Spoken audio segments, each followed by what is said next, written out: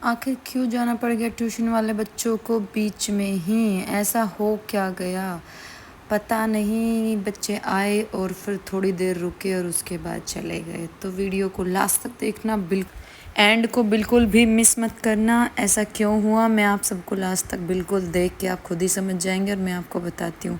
जय श्री श्याम दोस्तों, कैसे हैं आप सभी? आशा करती हूँ आप सब अच्छे होंगे। हम सब एकदम अच्छे हैं। बस तो आज कहानी कुछ ऐसी शुरू हुई। शाम को मैं झाड़ू लगा रही थी, तभी इसके पापा ने कहा जल्दी जल्दी काम कर लो। मैंने कहा ठीक है। फिर आ गए ट्यूशन वाले बच्चे और फिर अचानक से एक फ़ोन कॉल आता है कि ट्यूशन वाले बच्चों को सबको घर भेज दो और तुम यहाँ जाओ। तो मैं भी हो गई तैयार, लेकिन 2 बच्चे बच गए थे। वो बोले कि हमारे घर पे पेरेंट नहीं है, तो हम आंटी यहीं पे पढ़ लेंगे, तब तक आप आओगे, तब तक हम आपका वेट कर लेंगे। मैंने कहा चलो बेटा ठीक है, मैं जाती हूँ, अगर तुम जाते हो तो घर बंद करके चले जाना। फिर ठीक है, उन्होंने कहा ठीक है। तो मैं भी सीधा अपना मुंह बांध के तैयार हो गई वहाँ जाने के लिए। भाई कहाँ जाना था कुछ समझ नहीं आ रहा।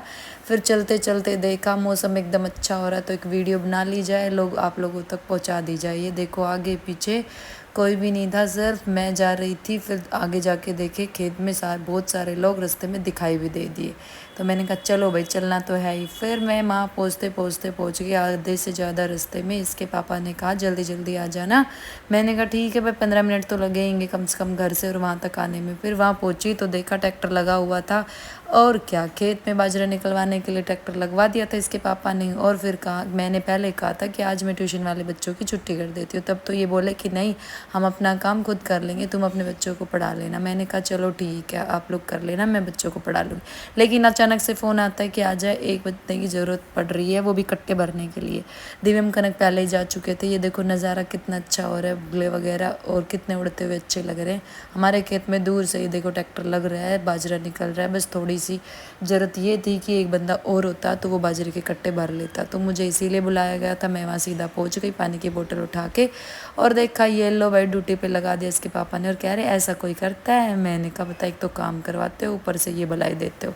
हम सब लग गए बस अपना बाजरा इकट्ठा करके। वो देखो लेबर लग रही है और इधर मैं कट्टे भर रही हूँ। इसके पापा बोले कि अब मैं थोड़ी देर रेस्ट कर लेता हूँ, तू आ गई है तू भरवा दे। मैंने कहा चलो ठीक है। लेके प्रभु का नाम हो गए काम पे स्टार्ट। हमारे ताऊ जी भी हमारे खेत में आ गए।